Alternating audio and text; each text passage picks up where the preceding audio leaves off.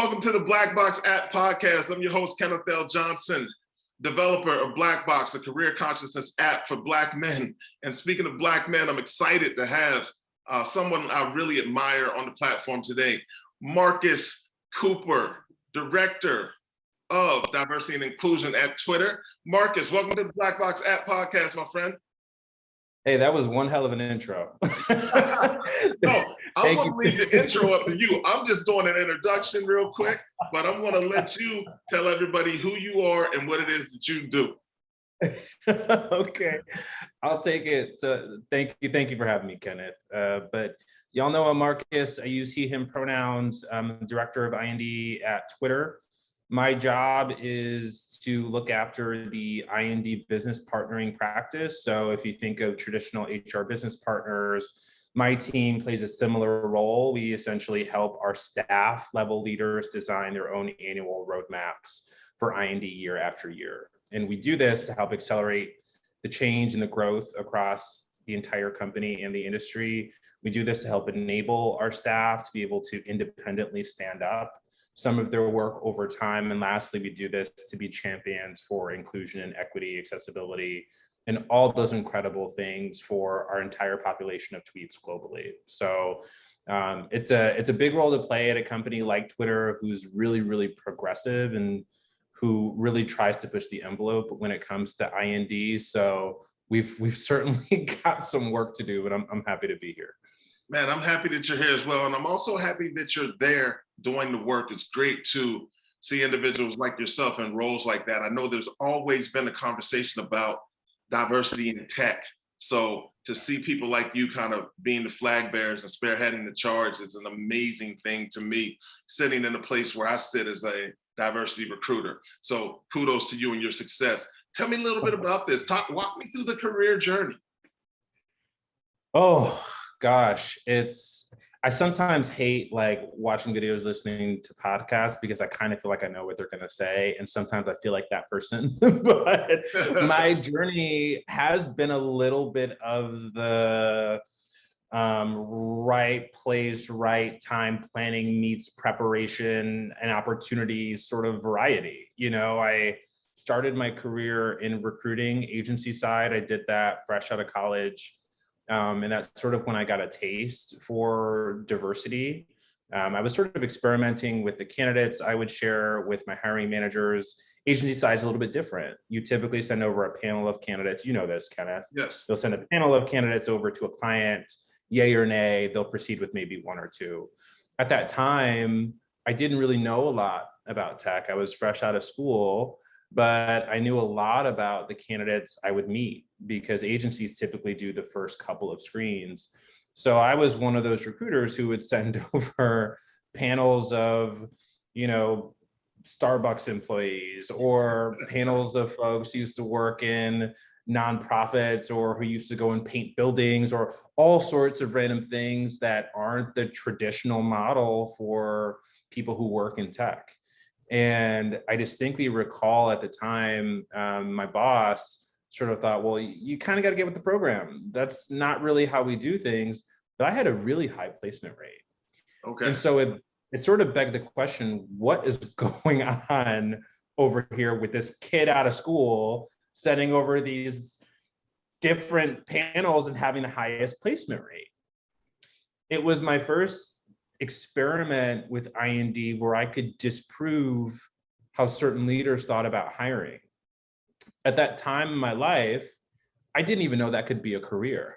I was just a Black man in this seat trying to do the right thing by the candidates that I represented and by the clients who needed our services. So looking back on it, it's so easy to say that was my moment, but I didn't know that was my moment. I was just trying to do the right thing. All right, so now you've made me put on the recruiter glasses, right? So were you focusing in on the soft skills and just kind of making the match through, like, listen, this is someone that can do the job, Yes. you know, absent of what's on the resume, this is a person that has the soft skills necessary to be successful. Was that your process? Oh, that's it. You hit the nail on the head. I thought to myself, and I distinctly remember I was working on a role for Uber, I don't know if I'm allowed to say Uber, but I was working on a role for a tech company at that time. And I remember thinking to myself as I was going through the job description with the hiring manager, I remember thinking, you can train someone eager enough to do almost everything in this job description.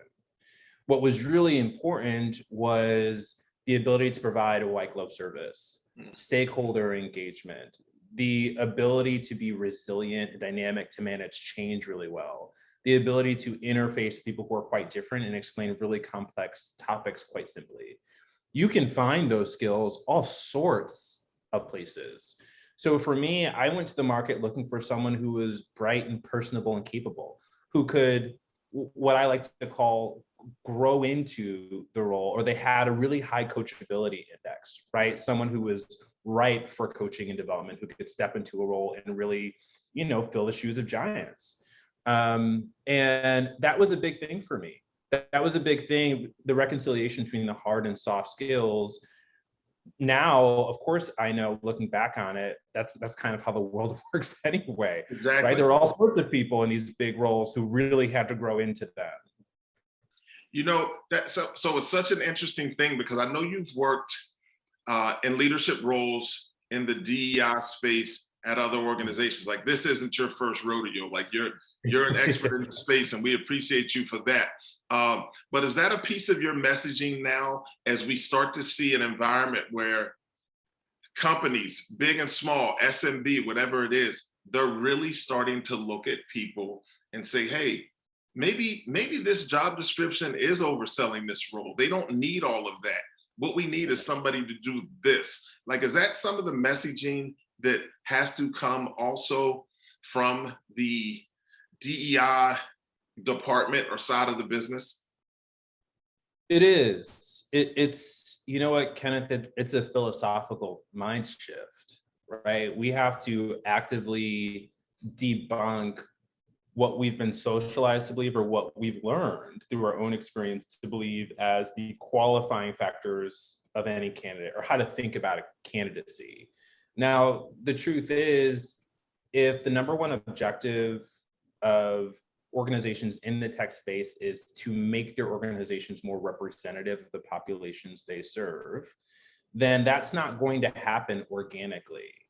You can't continue to do the same thing and expect different results, right? So it begs the question, what needs to change?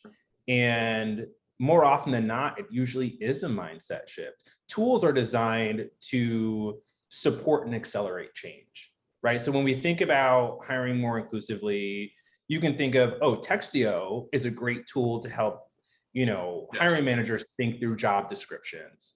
It's a tool. And for people that aren't familiar with that, Karen Snyder, the person that is their, I guess, founder and president, they created a tool that analyzes the text in a document. So let's say the document's a position description, and then it gives you advice on how to make that document more attractive to different groups, right? So it could be women and things of that nature. So that's Textio, TEX, I think, TIO or something of that nature.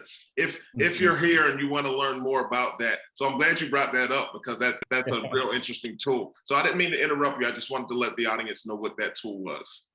No, that was perfect. Thank you. But to my point, tools are meant to accelerate change, right? So if I'm an organization who's trying to shift my hiring, I can't simply go and list Textio. Yes, it will change the job description, which means we'll get, in theory, more applicants from varied backgrounds, but it doesn't change the interview or on-site experience of that talent, right? Those things weren't designed for their success. So when companies see dramatic drop-off from the representation of applications versus those in the final interview stage, there's so much that can go wrong in the actual experience. So it requires an end-to-end evolution of thinking when it comes to hiring, not just tapping a tool and saying, this is going to be the silver bullet. Right. It doesn't really work that way. We're talking about systemic change. I love it.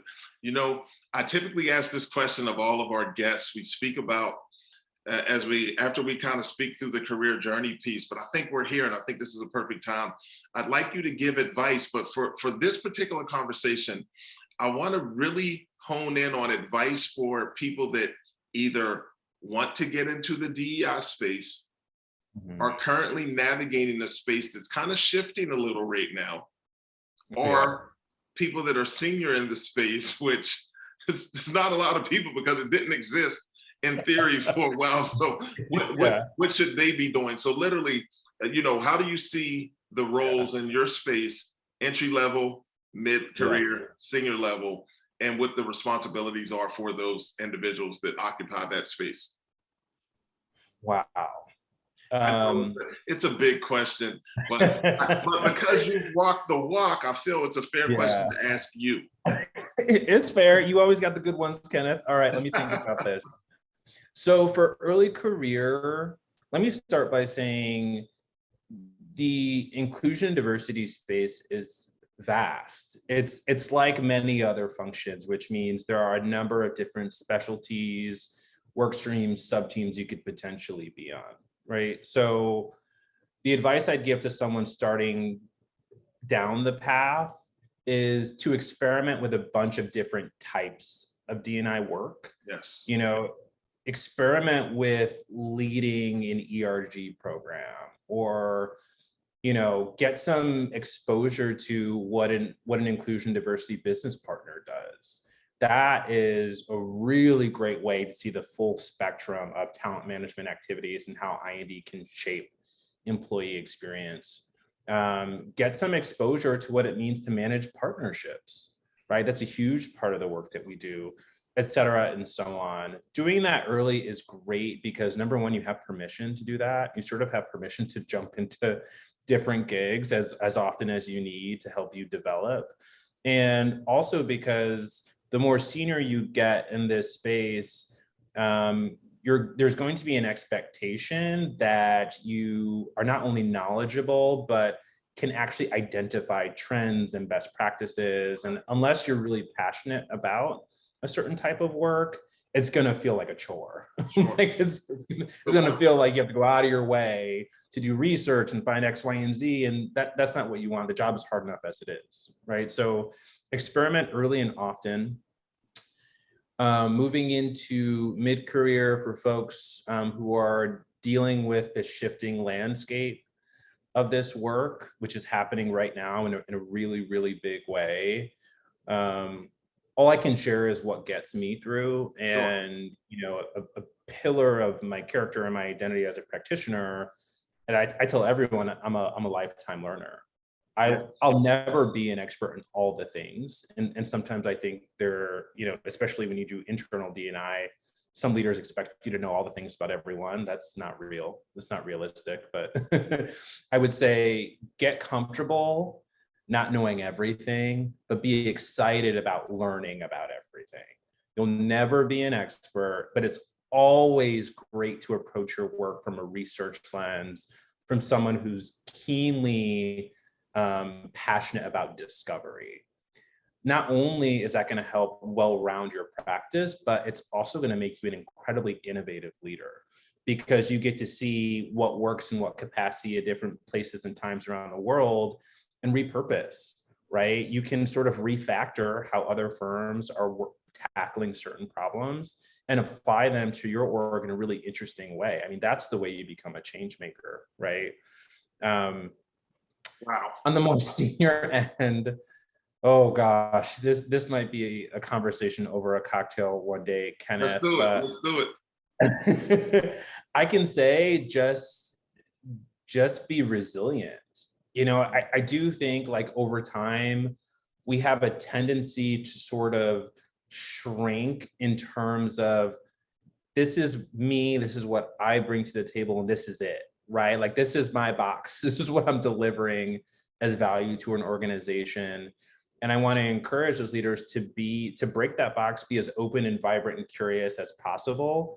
It can be really difficult to steer a ship, and depending on what company you're at, it might be a dinghy or it might be a yacht.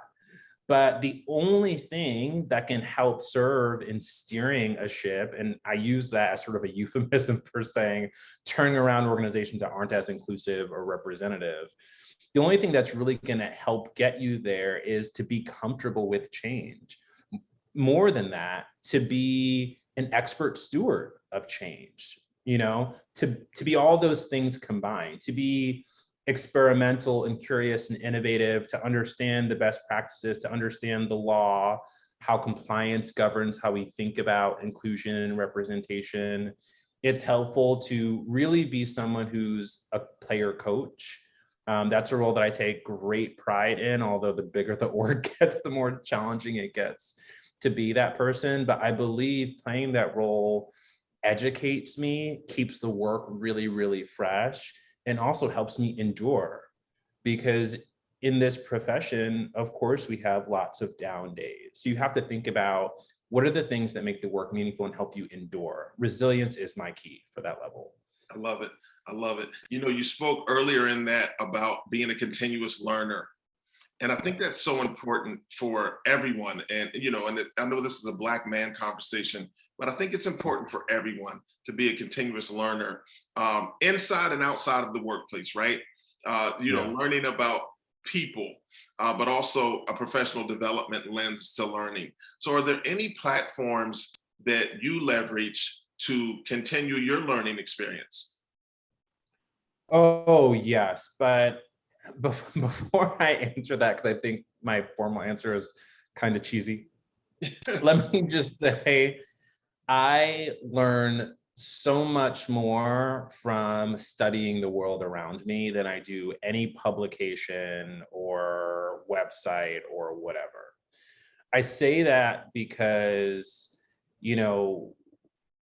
I consider myself a bit of a scientist. I consider myself a sociologist, anthropologist.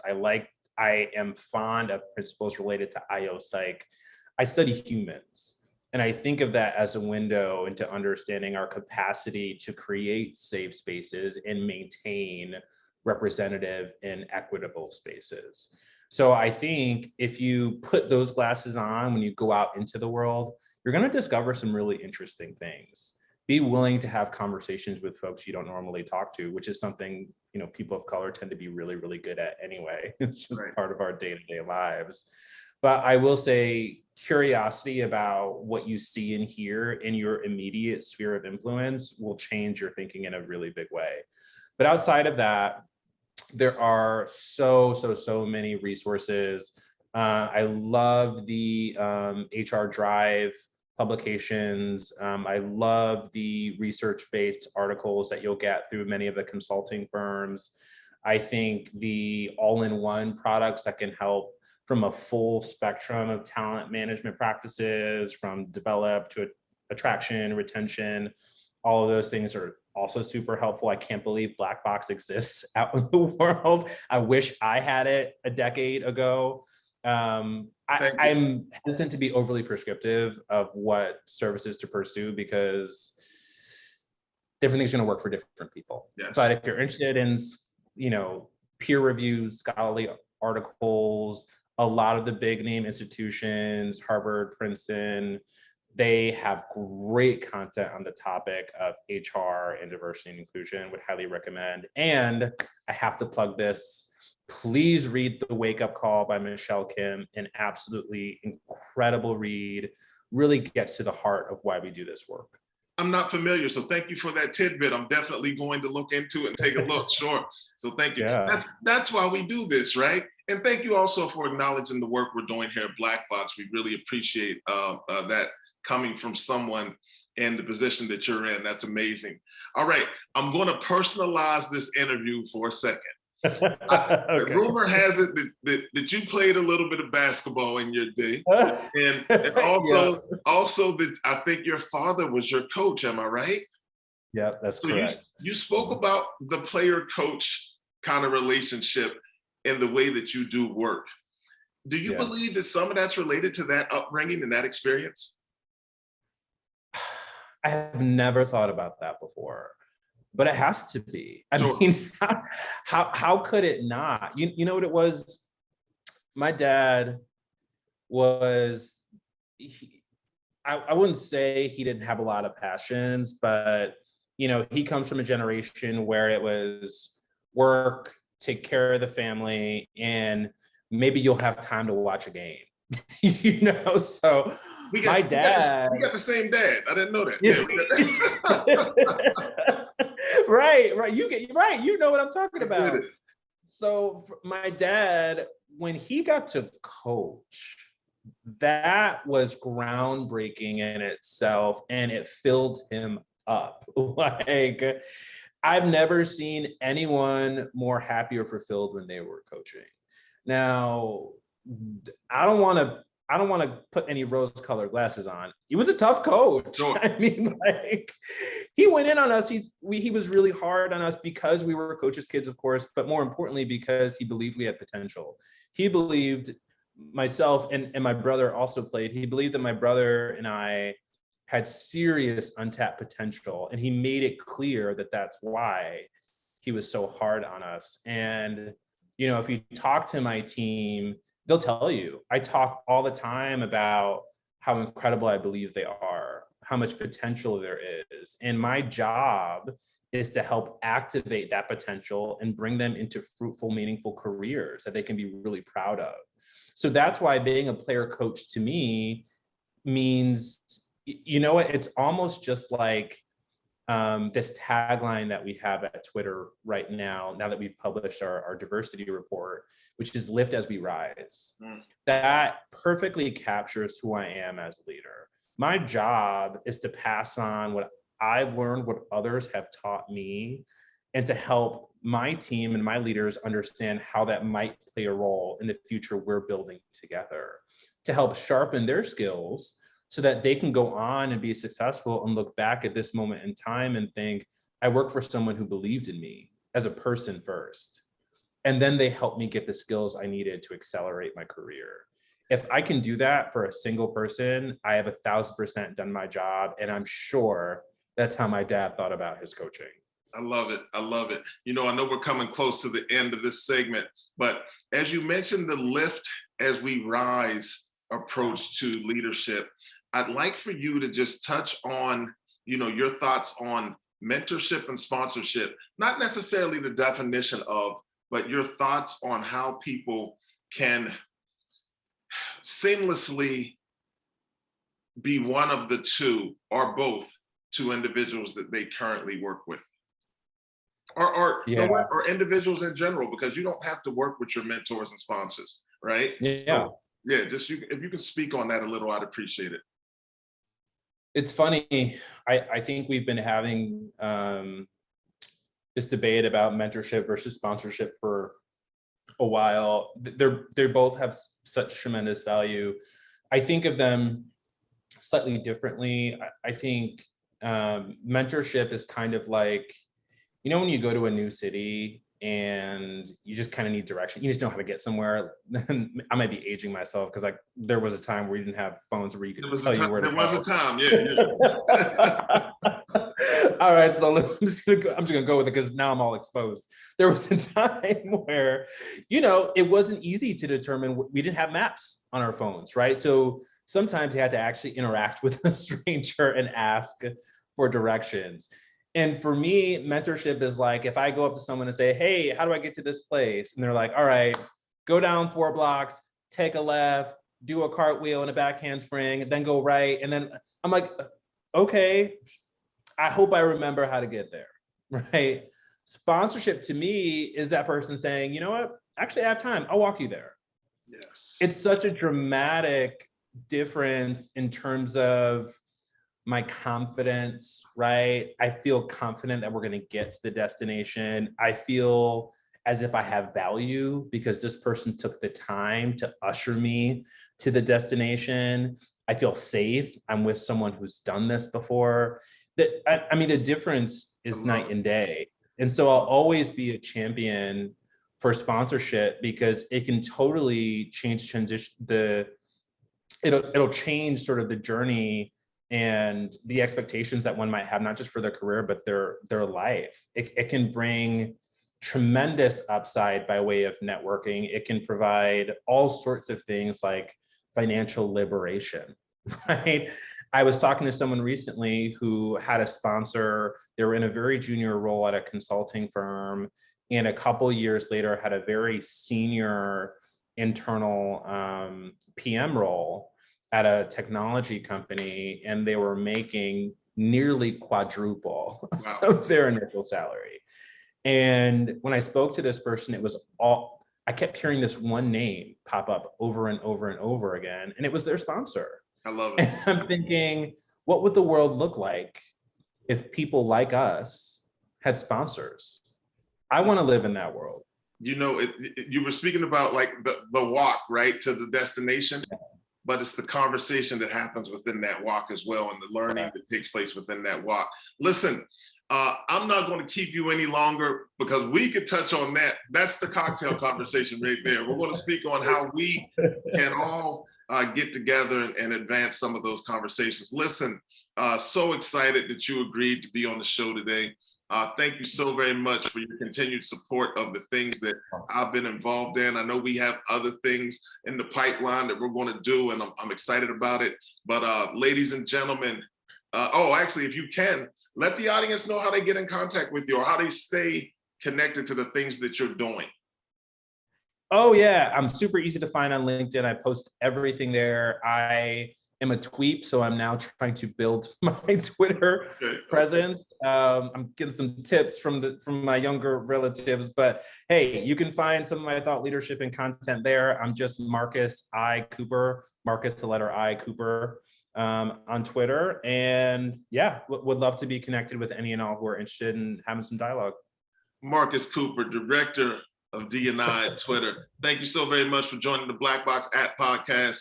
It's people like you that continue to keep us trying to get better and to be better. So thank you for allowing us to share your expertise with our audience. I really appreciate you. Thanks, Kenneth. It's been a pleasure. Take care.